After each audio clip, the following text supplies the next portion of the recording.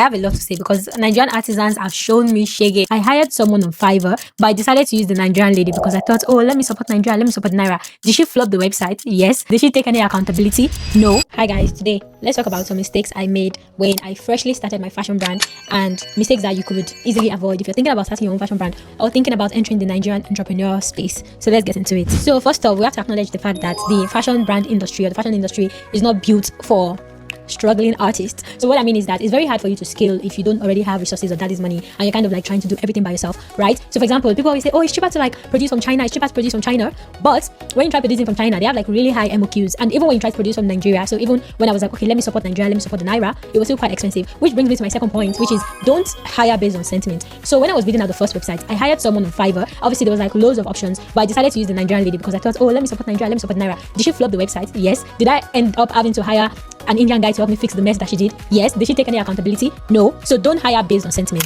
And still on this Nigerian matter, I have a lot to say because Nigerian artisans have shown me shege. Like obviously I don't know how to fully sew yet. Now I can sew prototypes, but when I first started, I couldn't even make my own toile and my own prototypes myself. So I used to hire like a tailor and they would flop my design. And I still had to pay because otherwise they'll come and drag you on social media that, oh, you hired them, you didn't pay. And I couldn't use any of these designs. Like I basically wasted lots of money. When I tell you that my first year that I started, 2024, which was the Eco Body collection that was in production, I spent £1,000 and I made no progress, guys, I'm telling you. So I had to take time to learn how to sew myself, re-strategize, and I started with ＡANÚ signatures, t-shirts, and yeah, we're getting back into Eco Body now that I have more experience. Don't let sentiments be the reason how you drive business. Even with the website developer that I hired, I spent $300 for nonsense that she did. Guys, like this is ＡANÚ's old look, and this is the new one. And the new one, I hired someone that did it for $170. So actually, producing in Nigeria tends to be more expensive for everything because sometimes it's just gluttony. They think because you're in the UK, because you're abroad, you can pay, and they just call stupid prices to you. So please, you can hear the pain in my voice. And my 3 points is that you need to really understand the industry you're getting into. So like I said, when I started my fashion brand, I literally woke up one day, like this was when I just finished uni in 2023. I literally woke up one day and was like, oh, I read this book called The Power of Letting Go, and it was like, oh, what's the one thing that you love to do that if you were never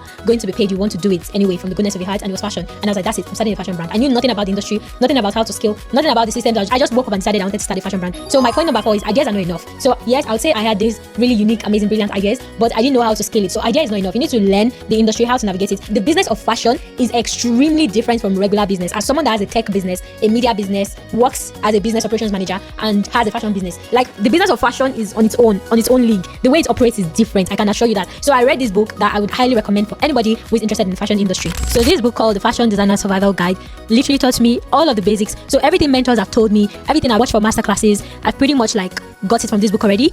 Another one I would recommend is Selling Luxury. So yeah, Selling Luxury and Fashion Designer Survival Guide have been my go-to.